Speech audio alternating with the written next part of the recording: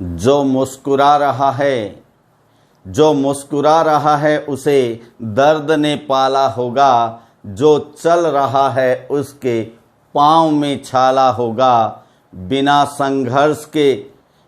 संघर्ष के इंसान चमक नहीं सकता, जो जलेगा उसी दिए में उजाला होगा।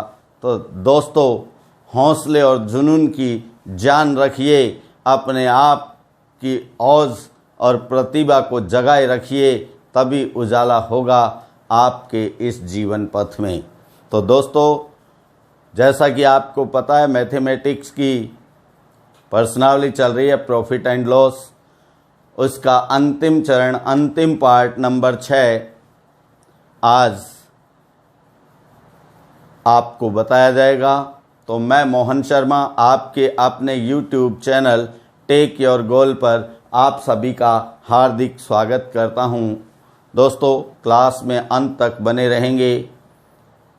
चैनल को सब्सक्राइब नहीं किया है तो अभी सब्सक्राइब कर लें, बेल आइकन को दबाएं और क्लास पसंद आए तो उसे लाइक और शेयर कीजिएगा दोस्तों। तो आइए शुरू करते हैं part number 6, profit and loss. तो इसमें अंतिम प्रकार रह गया है दोस्तों, बाकी 15 टाइप के प्रश्न आपको बता दिए हैं। अंतिम टाइप है टाइप नंबर 16 विविध प्रकार के प्रश्न। विविध प्रकार इसको इसलिए नाम दिया जाता है कि जो प्रश्न रह चुके हैं प्रश्नावली में वो सब विविध में आ जाते हैं। तो दोस्तों देखिए, प्रश्न क्या कहता है, एक दुकान पर या एक दुकानदार करो इसको, ठीक है, एक दुकानदार 90 पैसे, ठीक है, 90 पैसे प्रति अंडा की दर से 160 अंडे खरीदता है। कितने अंडे खरीदता है? 160 अंडे खरीदता है।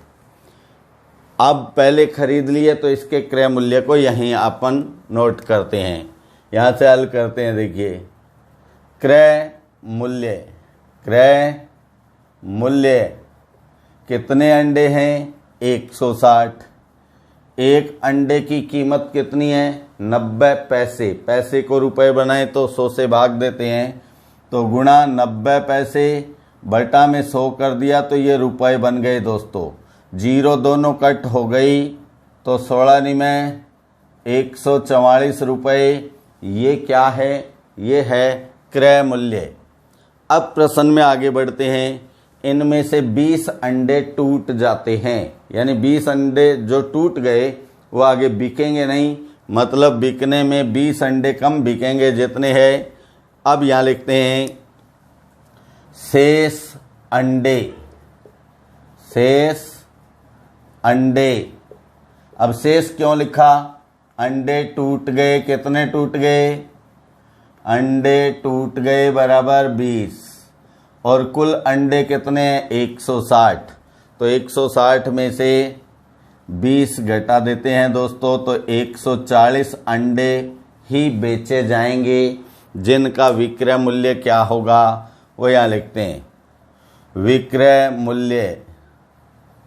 विक्रय मूल्य बराबर अंडे हैं 140 जो बिकेंगे, गुणा एक अंडा कितने में बेचा जाता है? शेष अंडों को वह 1 रुपया 20 पैसे प्रति अंडा की दर से बेचता है। तो एक अंडे का जो विक्रय मूल्य है वो 1.20 है। ये पॉइंट हटेगा दोस्तों, तो बटा में क्या आ जाएगा? 100।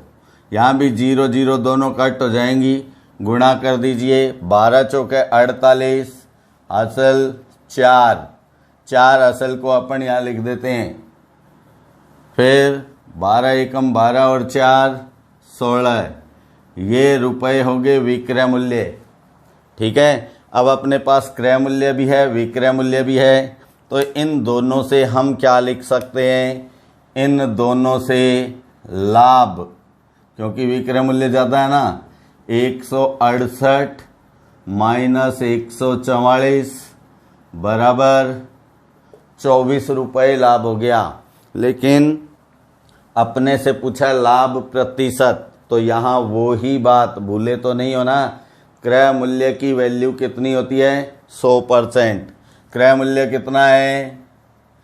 144, तो क्या लिखें, 144 की वैल्यू 100% है। लाभ कितना है, 24 रुपये, तो 24 की वैल्यू क्या होगी, 100/144 गुणा 24। ठीक है दोस्तों, 24 का भाग दे देते हैं, 24 एकम 24, 24 ठीक है 144, 2 से फिर काट दो, 2 तिया 6, 50 दूनी 100, तो अब अपने पास आ गया 50/3। 50 में 3 का भाग दे दीजिए, ये रहा देखो 50/3, 3 एकम 3, क्या बचा 2, नोट किया 0। अब 20 पे भाग देंगे 3 का, तो 3 ठीक है 18, क्या बच गया दोस्तों 2, 2 कहाँ आएगा ऊपर, 3 नीचे, तो कितना हो गया 16 सही 2/3%। तो लाभ क्या आया, 16 सही 2/3%। ओके दोस्तों, क्वेश्चन नंबर 2 को देखिए। पार्थ 2 राशियां 3:5 के अनुपात में निवेश करता है। निवेश करता है मतलब लगाता है, कहीं भी कोई व्यापार में लगा दिया। पहले निवेश पर उसे 15% लाभ और दूसरे निवेश पर 10% हानि होती है। बताइए कुल मिलाकर कितना लाभ या हानि होगी, परसेंट के रूप में बताना है। तो यहाँ जब आपको अनुपात दिया होता है दोस्तों, तो उस अनुपात के साथ आप बीजीय व्यंजक लगाकर यानी x लगा के भी वैल्यू को मान सकते हैं और 100 से मल्टीप्लाई करके भी मान सकते हैं। जैसा आपको सरल लगे वैसा करना है। तो यहाँ हम क्या लिखते हैं, मानते हैं, माना निवेश राशियां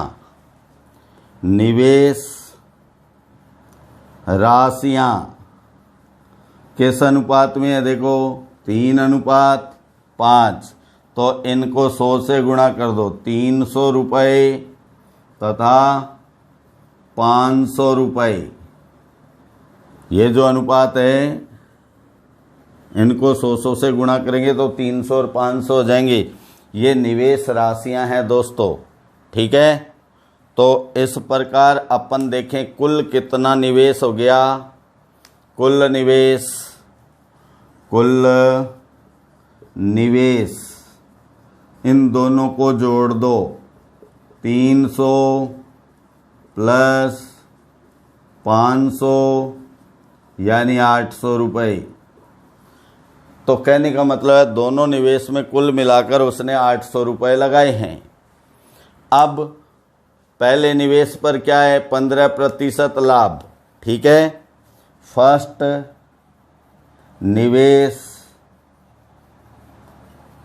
से कुल राशि कितनी बन गई, कुल राशि कितनी बन गई, तो फर्स्ट निवेश है 300, लाभ है 15%, 15% लाभ का मतलब 100 में जोड़ दो, 115%, परसेंट का 00, 100 आ जाएगा, 2 जीरो कट गई, इनका गुणा करो 345 रुपये। जो पहला निवेश किया है 300 रुपये का, वो बढ़कर 345 हो गया। अब सेकंड निवेश से राशि कितनी बनी, क्योंकि इसमें आनी हुई है तो कुछ राशि कम हो जाएगी। कितना है 500, 500 तो निवेश राशि है। अब क्या हुआ, इस पे 10% हानि, 10% हानि का मतलब 100 में से 10 घटाओ, 90/100, 2 जीरो कट गई, 9 5 45, 450 रुपये। ओके दोस्तों, इन दोनों से हम देखें तो कुल मिला के निवेश की जो राशियां बनी है ये दोनों, ये कुल कितना हो गया, कुल राशि हो गई, इन दोनों को जोड़ें तो 5 और 0 5, 4 और 5 9, 3 और 4 7, 795 रुपये। कितने 795 रुपये। जो 800 रुपये थे वो 795 हो गए। अब इस प्रकार हम देखें तो नुकसान हुआ या फायदा? नुकसान हो गया। हानि कितनी हुई? 800 क्रय मूल्य है, 795 टोटल राशि बनी, ये घटा देते हैं 5 रुपये। 5 रुपये। तो हानि परसेंट क्या है? हानि परसेंट। अब हानि परसेंट हम आगे लिखेंगे तो क्या है? हानि प्रतिशत का मान ज्ञात करने के लिए चाहे तो आप 5 के अनुसार कर लो, और चाहे आप जानते हैं निवेश यानी क्रय मूल्य। क्रय मूल्य कितना होता है? 100% होता है। तो आप क्या लिख सकते हैं? 800 जो है वो 100% है। ये लिखा 800 कितना परसेंट है? 100%। तो 5 जो आया, 5 कितने परसेंट के बराबर होगा? 100 बटा 800 गुणा 5। ठीक है ना दोस्तों? अब 2 जीरो से 2 जीरो कट गई तो क्या रह गया अपने पास? 5 बटा 8%। ये ही क्या हो जाएगी? हानि। ये लिखता हूँ मैं 5 बटा 8% हानि। ठीक है दोस्तों, दोबारा ध्यान देना। ये अनुपात है, इनके अनुसार हम निवेश की राशियां 100 से गुणा करके लिखते हैं। पहली राशि 300 रुपये होगी, दूसरी 500 रुपये होगी। पहली पे 15% लाभ है, तो पहली जो निवेश राशि है वो कुल मिला के कितनी हो गई? 300। तो वो खुद ही 15% लाभ यानी 115% हो गई। इसकी वैल्यू आ गई 345 रुपये। सेकंड निवेश से राशि क्या हुई? सेकंड निवेश की राशि 500 रुपये है। 10% हानि होती है तो 90% रहेगी ना। 500 का 90% 450 रुपये। इन दोनों को जोड़ा 345 450 795 रुपये राशि हो गई। जबकि कुल निवेश कितना था? 300 + 500 800 रुपये। 5 रुपये का नुकसान हुआ, 5 रुपये की हानि हुई। अब हम जानते हैं निवेश यानी जो क्रय किया, जो उसने लागत लगाई वो 100% होती है। 800 बराबर 100%, तो 5 बराबर 100 बटा 800 गुणा 5। 100 की 2 जीरो 800 की 2 जीरो से कट जाती है। 5 बटा 8%। ओके दोस्तों, क्वेश्चन नंबर 3। तीसरा प्रश्न देखिए। एक व्यक्ति 10% लाभ पर वस्तुएं बेचता है। कितने प्रतिशत लाभ पर वस्तुएं बेचता है? 10% पर। और तोलते समय 20% कम तोलता है। तो 2 तथ्य हैं इसमें, 2 तथ्य हैं। तो यहां हम लिखते हैं,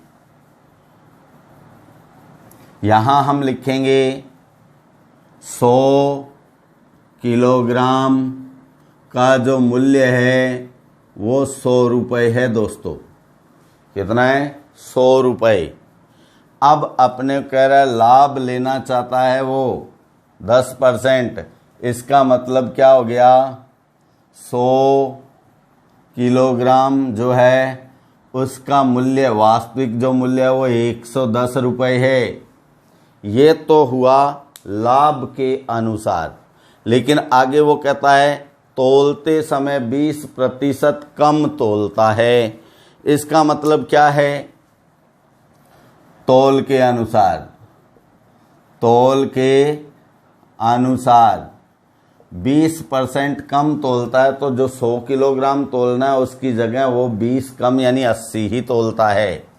ठीक है। और ये 100 किलोग्राम जो है वो कितना बन गया? 80 किलोग्राम बन गया है दोस्तों। ठीक है। तो यहाँ हम लिखते हैं 80 किलोग्राम का मूल्य या विक्रय मूल्य लिखते हैं, क्योंकि बेच रहा है ना ये। विक्रय मूल्य कितना हुआ?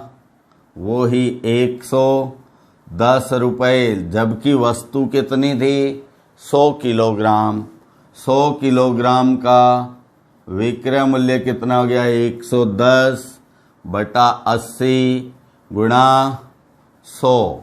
अब इनको काट देते हैं दोस्तों। तो 20 से कटेगा 20 5 100, 20 चौके 100, 2 से काट दो, 2 दूनी 4, 55 दूनी 110। ठीक है, 55 को 5 से गुणा करेंगे तो 275 आ जाता है दोस्तों। कितना?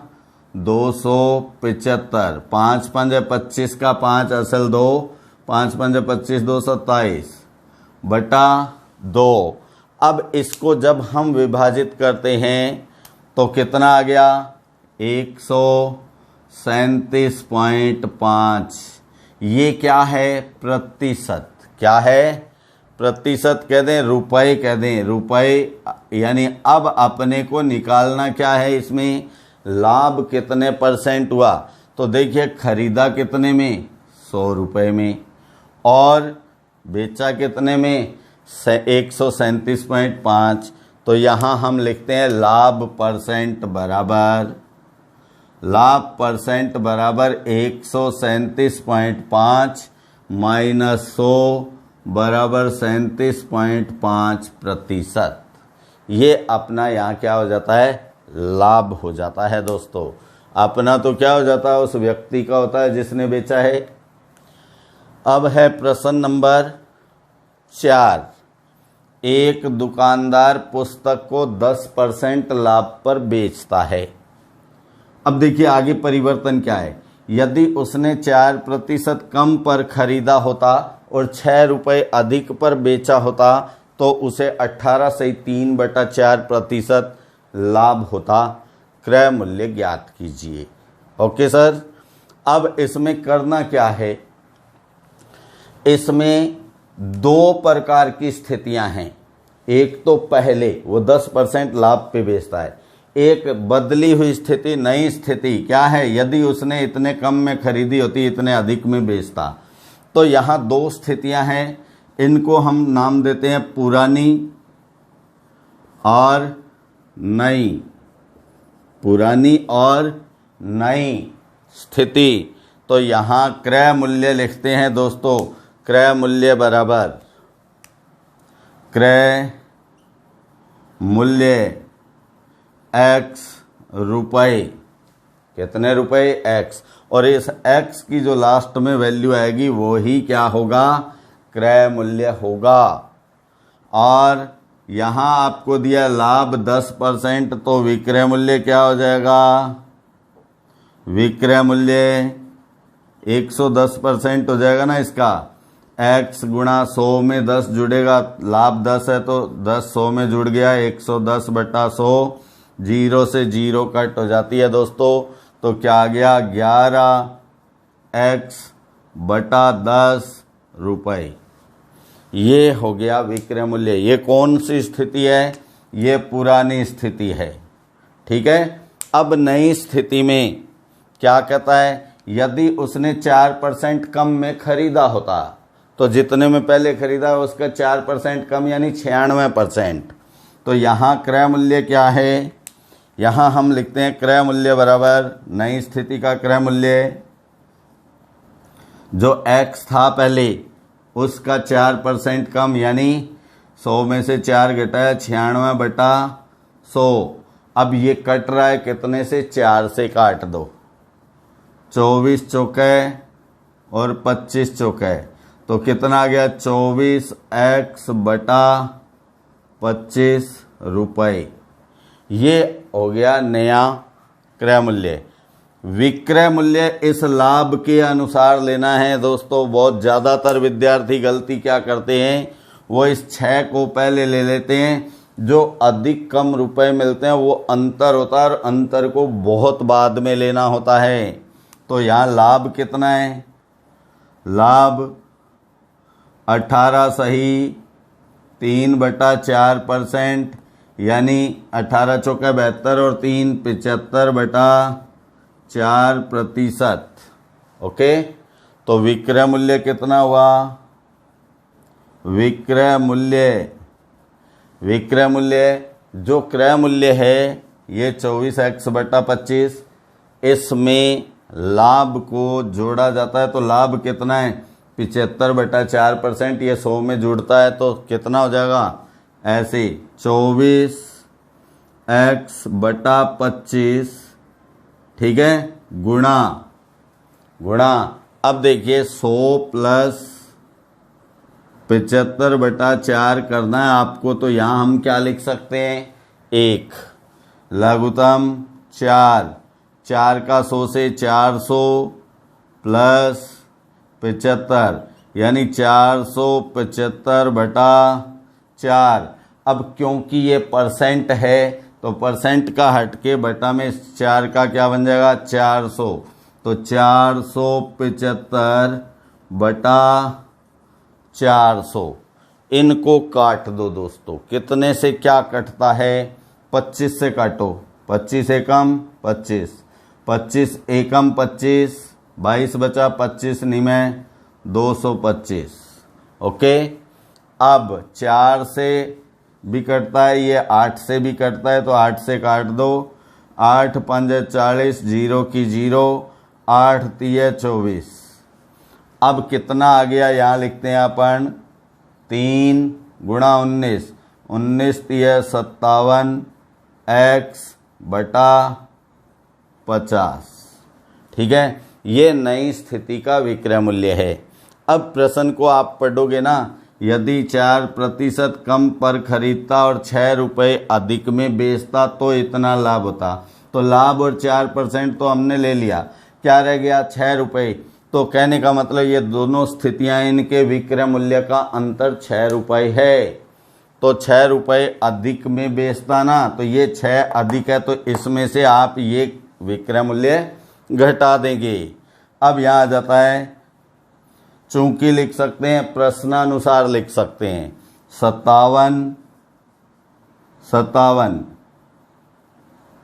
x/50 माइनस 11x/10 बराबर कितने रुपए अधिक हैं, 6। अब इसको हल कर दें दोस्तों, तो क्या आया, लघुत्तम देखिए अपने पास, 50 और 10 का 50 बराबर 6 है ही, बटा 1 लिख सकते हैं। 50 में 50 का भाग एक बार तो 57x हो गया, और 10 का भाग 5 बार तो 11 × 5 = 55। 57 और 55x का अंतर कितना होता है, 2x।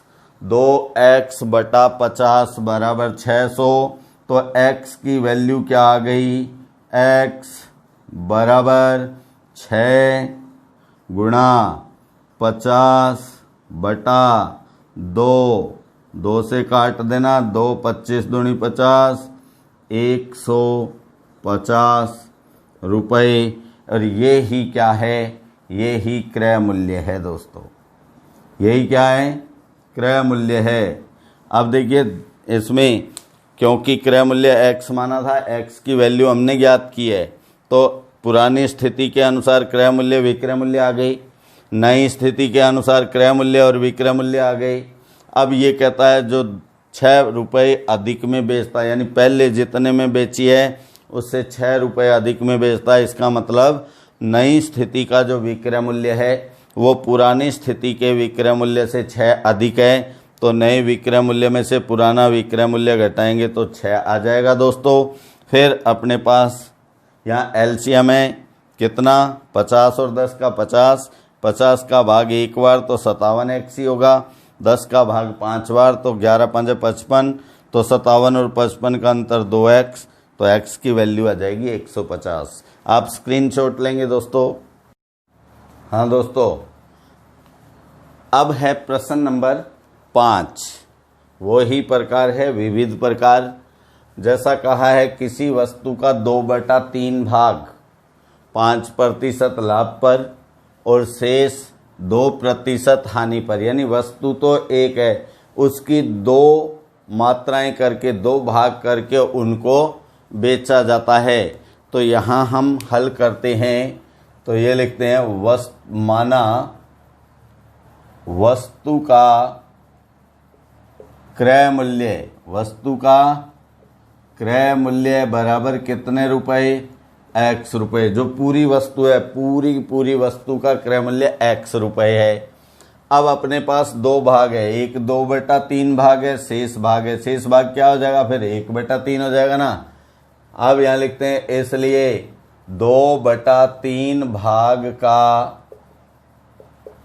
क्रय मूल्य कितना हो गया, 2/3 से इसको गुणा कर दो, 2x/3 रुपए। और शेष भाग तथा शेष भाग कितना बच गया, पूरी वस्तु में से 2/3 भाग निकल गया तो 1/3। शेष भाग 1/3 का क्रय मूल्य। अब 1/3 का x से गुणा कर दो तो क्या आ जाएगा, 1 का x से करें तो x, 3 का 3। ये अपने पास दोनों भागों के क्रय मूल्य हो गए। ठीक है, दोनों भागों के क्रय मूल्य हो गए। अब यहाँ क्या है, इसके बाद अपने को दिया है पहला जो भाग है, जो 2/3 भाग है, वो 5% लाभ पर बेचा जाता है। 5% लाभ पर बेचा जाता है। तो इसके लिए क्या है, लाभ 5% और इसके लिए हानि 2%। ठीक है, ये फर्स्ट भाग है। अब लिखते हैं फर्स्ट भाग का विक्रय मूल्य। फर्स्ट भाग का विक्रय मूल्य, फर्स्ट भाग पे 5% लाभ हुआ है। फर्स्ट भाग का क्रय मूल्य क्या है, 2x/3। क्रय मूल्य में अब लाभ हुआ 5%, तो 100 में 5 जोड़ दो, 105/100। अब इनमें कोई कटे तो काट दो आप, 5 से काटें, 5 दूनी 10, 5 एकम 5, 5 दूनी 10, 0 की 0, 3 एकम 3, 3 7 21, 2 एकम 2, 10 दूनी 20। अब अपने पास आ गया 7x/10 रुपए। ये पहले भाग का विक्रय मूल्य है दोस्तों। अब सेकंड भाग का विक्रय मूल्य कितना हुआ। सेकंड भाग का क्रय मूल्य क्या है, x/3। अब इस पे क्या हो रहा है, 2% हानि। तो 2% हानि का मतलब विक्रय मूल्य 98% हो जाता है। 98/100 कितने से कटते हैं, 2 से काट दो, 2 चौके 8, 1 बचा 18, 2 में 18, 2 5 10, 0 की 0। अब 49x, 50 का 3 से 5 दिया 15, 0 की 0। ये विक्रय मूल्य हो गया शेष का। अब आपके पास प्रश्न में है कुल लाभ 400 रुपये हुआ। कुल लाभ कितना हुआ, 400 रुपये हुआ। तो इसका मतलब क्या है यहाँ कि जो विक्रय मूल्य है वो क्रय मूल्य से ज़्यादा है। कितना ज़्यादा है, 400 रुपये। ओके, तो यहाँ अपन क्या करें, ऐसा करते हैं, देखिए विक्रय मूल्य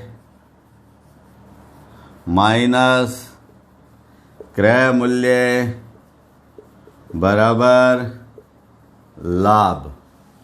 अब विक्रय मूल्य कितना है, विक्रय मूल्य आप देख रहे हैं ये 2 हैं, ये दोनों विक्रय मूल्य हैं। इनको लिखिएगा 7x/10 प्लस 49x/150। ये तो क्या हो गया, कुल विक्रय मूल्य। और क्रय मूल्य क्या है, कुल ये रहा, माइनस कुल क्रय मूल्य x रुपये। और ये लाभ कितना हो गया, 400। लाभ क्या हो गया, 400। अब इसे हम हल कर लेते हैं, क्योंकि ये प्लस है आगे माइनस है तो ब्रैकेट से कोई मतलब नहीं होता है। अब यह लिखते हैं, देखिए एलसीएम क्या आ गया, 150। 10 का भाग 15 बार, 15 7 105 x। 150 का भाग 1 बार तो ये 49x। फिर है माइनस 1 का भाग 150 बार तो 150x बराबर 400।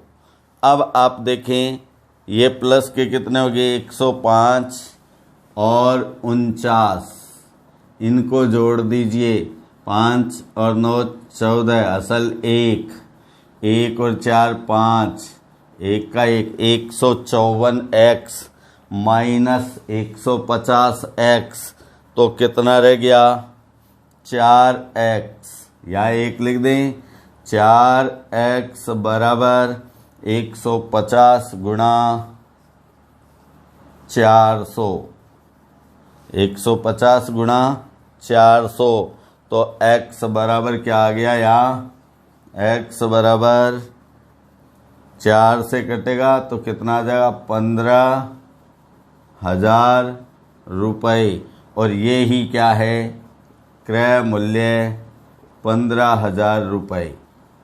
ठीक है दोस्तों, पूरी वस्तु का क्रय मूल्य माना जाता है x रुपये। जितने भाग हैं 2/3 और शेष 1/3, इन दोनों भागों का क्रय मूल्य उस क्रय मूल्य के आधार पर लिख लिया जाता है। पहले पे होता है लाभ, लाभ लिख दिया, दूसरे पे हानि, हानि लिख दी।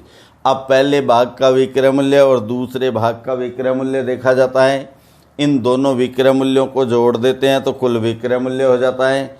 विक्रय मूल्य में से क्रय मूल्य घटाने पर लाभ आता है, क्योंकि लाभ की अपने को राशि दी है तो सीधा विक्रय मूल्य माइनस क्रय मूल्य बराबर लाभ। इनमें वैल्यू रखते हैं तो आपके पास अंत में क्रय मूल्य क्या आ जाएगा 15,000 रुपये। ओके दोस्तों, क्वेश्चन नंबर 6, यह मिश्रण का प्रश्न है। आप देख रहे हैं शुद्ध घी का भाव 100 रुपये और वनस्पति तेल का भाव 50 रुपये प्रति किलोग्राम है। घी 100 रुपये प्रति किलोग्राम और तेल 50 रुपये प्रति किलोग्राम। इन दोनों को मिलाकर मिश्रण को 96 रुपये प्रति किलोग्राम बेचा जाए तो 20% लाभ होता है। बताइए इन्हें किस अनुपात में मिलाया। अनुपात बताना है तो अनुपात पहले माना जाता है दोस्तों, माना अनुपात घी का और तेल का कितना। अब एक ना बीजीय व्यंजक लिख लो, x अनुपात 1, क्योंकि अनुपात नहीं है तो एक को हमने बीजीय व्यंजक दे दिया x और दूसरा 1। ओके, ये तो अनुपात हो गया। तो कुल मात्रा क्या हो गई, कुल मात्रा इन दोनों को जोड़ देते हैं x + 1। ओके, अब देखिए दोस्तों, अपने को घी का भाव दिया है 100 रुपये प्रति किलोग्राम, ये क्रय मूल्य है। ये क्या है, क्रय मूल्य है। तो हम लिखते हैं मिश्रण का क्रय मूल्य। अब मिश्रण में क्या क्या है, घी है, तेल है। घी कितना है, x किलोग्राम है और तेल कितना है, 1 है। तो x से 100 का गुणा कीजिए, घी का मूल्य 100 है तो 100x और प्लस, क्योंकि कुल कर रहे हैं ना ये, प्लस 1 का 50 से, ये तो आ गया अपने पास क्या, क्रय मूल्य 100x + 50। अब इस पे क्या हुआ, लाभ कब होता है, जब 96 रुपये प्रति किलोग्राम से मिश्रण को बेचा जाता है। मिश्रण ये रहा कुल, तो विक्रय मूल्य मिश्रण का विक्रय मूल्य, मिश्रण की मात्रा कितनी है, x + 1 किलोग्राम और भाव क्या है 96 रुपये प्रति किलोग्राम। यह विक्रय मूल्य हो गया दोस्तों। ठीक है, ओके। अब हम जानते हैं लाभ है 20%, तो हम जैसे ही क्रय मूल्य पे 20% जोड़ेंगे वो विक्रय मूल्य के बराबर हो जाना चाहिए। तो हम यहाँ लिखते हैं 100x + 50 का कितना लाभ, 20%। 20% लाभ है तो कितना हो गया, 120%। ठीक है, ये क्रय मूल्य किसके बराबर होगा, विक्रय मूल्य के बराबर, क्योंकि यहाँ क्रय मूल्य का 120% कर दिया है, तो ये इसके बराबर होगा x + 1 × 96। ये 0 से 0 कट हो जाती है, 2 से काट दो, 6 5। अब इसको कैलकुलेट करते हैं, तो क्या आया, 6 का भी गुणा करना है, ऊपर 6 है ना, 6 का 100 से 600x प्लस 50, ठीक है, 300। अब ये 5 कहाँ चला जाएगा, उधर। 5 का 96 से गुणा करें तो 480। ये देखिए 96 गुणा 5, 5 6 30 हासिल 3, 5 में 45 और 3 48, 480 हो गया ना। 96 5 480, 480 का x से 480x प्लस 480 एकम 480, ये आ गया है दोस्तों। तो अब यहाँ हम x को वन साइड और जो विदाउट x है उनको अदर साइड रखते हैं। 600x माइनस 480x, इस 480x को इधर लाए तो माइनस हुआ। 480 300 उधर ले गए तो माइनस।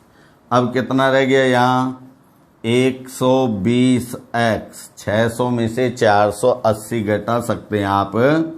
ये 0 में से 0 0, 10 10 हो जाएंगे, असल लेंगे तो यहाँ 5 रह जाएंगे। 10 में से 8 गया 2, 5 में से 4 गया 1, तो 120x बराबर 480 में से 300 घटाएंगे तो 180।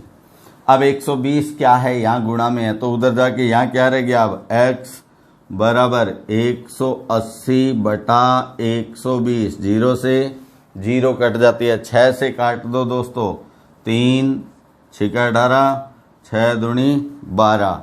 अब देखिए यहाँ x है, क्या इसके बटा में 1 लिख सकते हैं, हम लिख सकते हैं। तो क्या आ गया, जब भिन्न रूप होता है तो उनको अनुपात रूप में लिख सकते हैं। x अनुपात 1 बराबर 3:2। तो कितने अनुपात में मिलाया जाएगा, 3:2 में मिलाया जाएगा दोस्तों। तो आप स्क्रीनशॉट लेंगे इसका। हाँ दोस्तों, अब आता है प्रश्न नंबर 7। एक व्यक्ति 8,000 रुपये में पुराना स्कूटर खरीदता है और उसकी मरम्मत पर 1,200 रुपये खर्च करता है। जो मरम्मत पर खर्च करता है, ऊपर जो खर्चा लगता है वो दोस्तों क्रय मूल्य में जुड़कर वास्तविक क्रय मूल्य बन जाता है। तो यहाँ अपन करें क्या, वास्तविक क्रय मूल्य, वास्तविक क्रय मूल्य। तो जितने में खरीदा है, कितने में खरीदा, 8,000 में। ऊपर खर्चा कितना किया, 1,200 रुपये। ये इसमें ऐड हो जाते हैं, जुड़ जाते हैं। तो कितना हो गया, ये वास्तविक क्रय मूल्य है, ये उसका लागत मूल्य हो गया है। अब विक्रय मूल्य क्या है, विक्रय मूल्य है 10,580 रुपये। ठीक है, तो लाभ हो रहा है या हानि, लाभ हो रहा है क्योंकि विक्रय मूल्य ज़्यादा है। तो लाभ बराबर विक्रय माइनस क्रय, तो 10,580 माइनस 9,200 घटा देंगे, 80 आ ही जाएगा क्योंकि इधर डबल 0 है। तो 5 में से 2 गया 3, 10 में से 9 गया 1। ये लाभ है, लेकिन अपने से लाभ परसेंट पूछा है। तो दोस्तों आप क्या जानते हैं कि क्रय मूल्य जो होता है वो कितने परसेंट होता है, 100% होता है। तो हम क्या लिख दें, 9200 कितने परसेंट के बराबर, 100% के। 9200 क्यों लिखा, क्योंकि 9200 वास्तविक क्रय मूल्य है। अब लाभ कितना है, 1380। तो 1380 कितना परसेंट होगा, 100 बटा 9200, 100 बटा 9200 गुणा 1380। ओके दोस्तों, अब 2 0 से 2 0 कट गई। ठीक है, और ये कितने से कटेंगे, ये आप 1380 में 92 का भाग दे दें तो 92 एकम 92, 8 में से 2 गया 6, 13 में से 9 गया 4, ये लगा दी 0। तो हम जानते हैं 0 कब आएगा अंतिम अंक 92 के पहाड़े में, या तो 10 बार में या 5 बार में, या फिर आप इसका पहला 1 अंक देखा करो, इसके 2 अंक।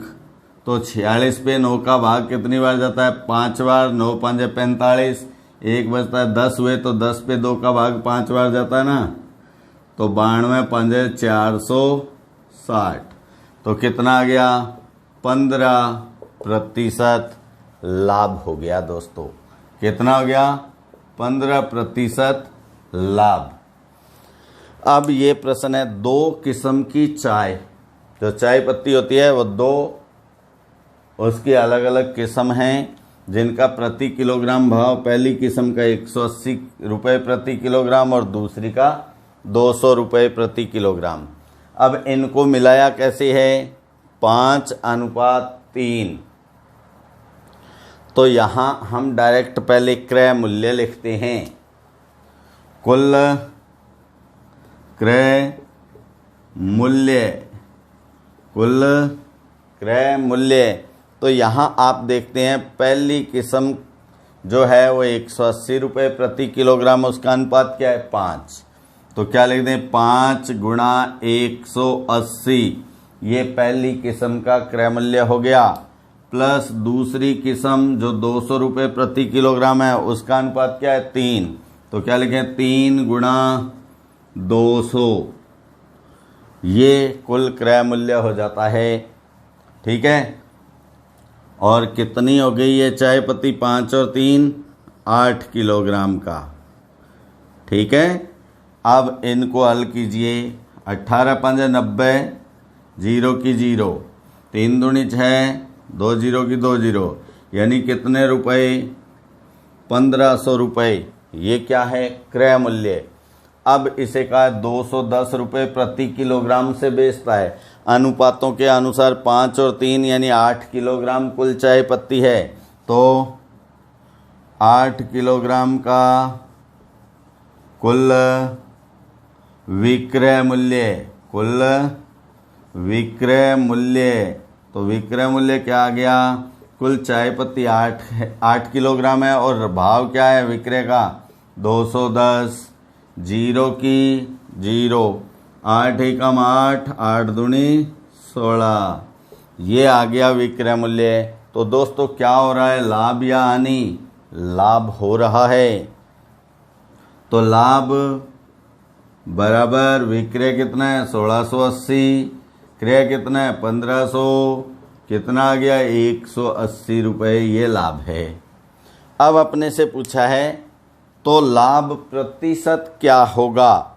तो यहाँ हम करें वो ही बात, क्रय मूल्य कितना % होता है, ये बात कभी मत भूलना आप। क्रय मूल्य 100% होता है। तो क्रय मूल्य 1500, यानी 1500 जो है वो कितना % है? 100%। और लाभ है 180, लाभ 180, वो कितना होगा? 100/1500 गुणा 180, 2 0 से 2 0, 180 में 15 का भाग दे दो, 15 एकम 15, क्या बचा? 3, नोट किया 0। अब 30 में 15 का भाग दें, 15 दूनी 30, काट। अब क्या आया? 30, ये 12%, कितना आया? 12% जो है वो लाभ है दोस्तों। प्रश्न नंबर 9, प्रश्न 9 नंबर 9 भी शानदार प्रश्न है। विविध में थोड़े लेंदी क्वेश्चन आते हैं, टिपिकल क्वेश्चन आते हैं, इसलिए सीखना तो सभी है ना। अब इसमें क्या कर रहा है?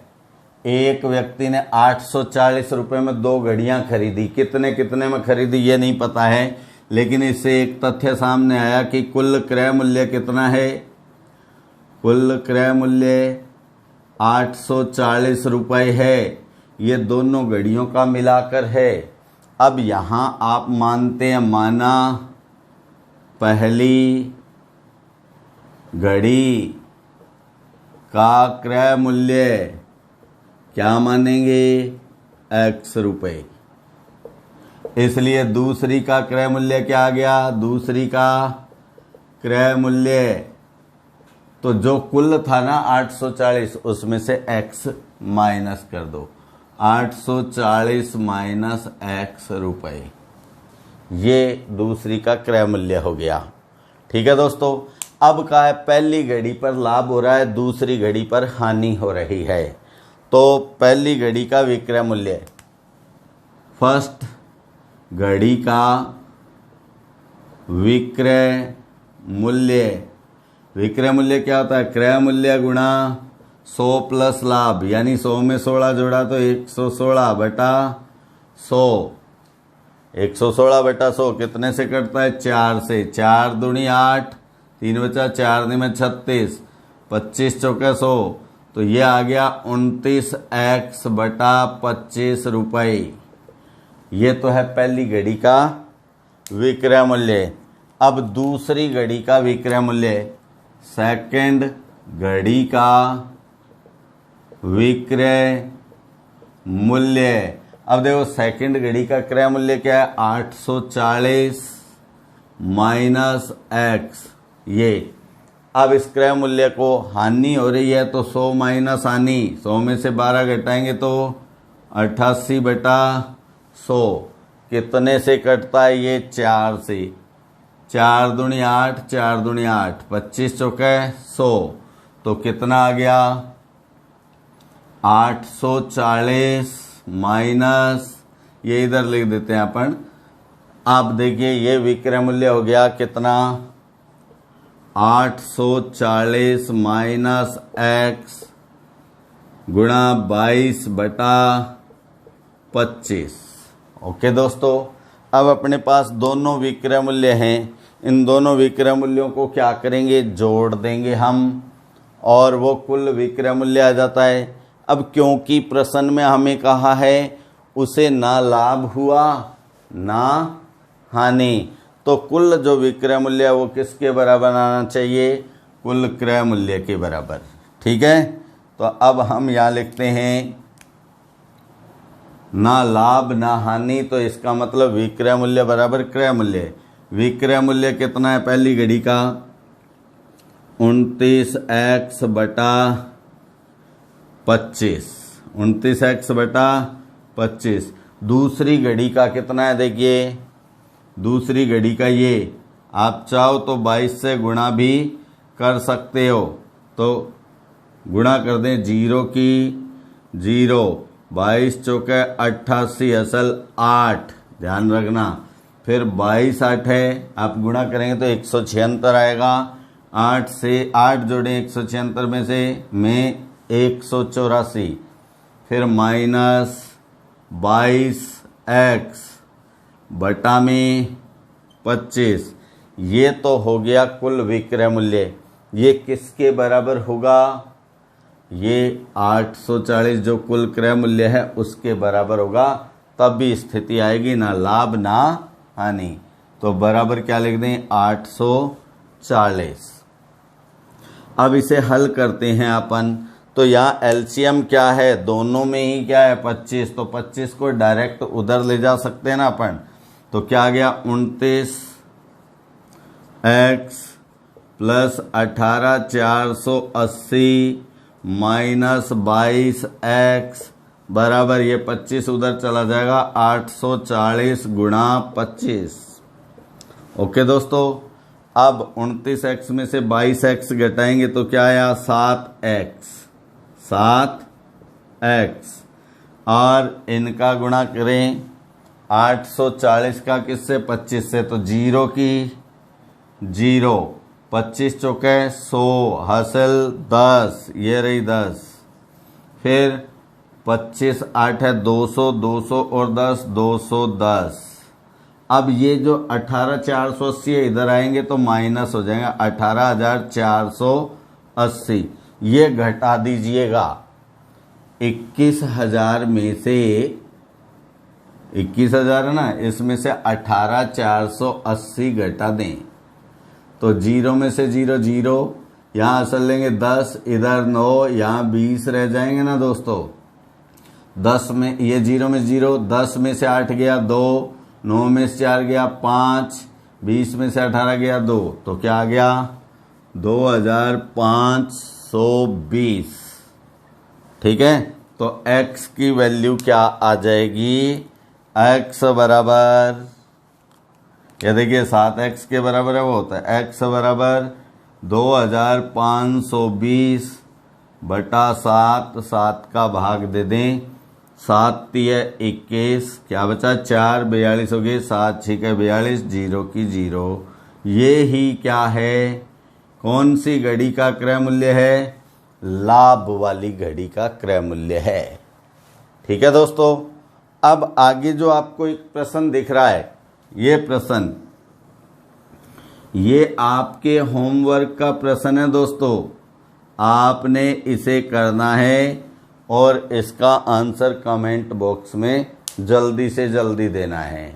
ठीक है दोस्तों, क्लास पसंद आए तो आप लाइक और शेयर कीजिएगा, चैनल को सब्सक्राइब कीजिएगा। नमस्कार, जल्द मिलते हैं अगले वीडियो में, तब तक के लिए जय हिंद।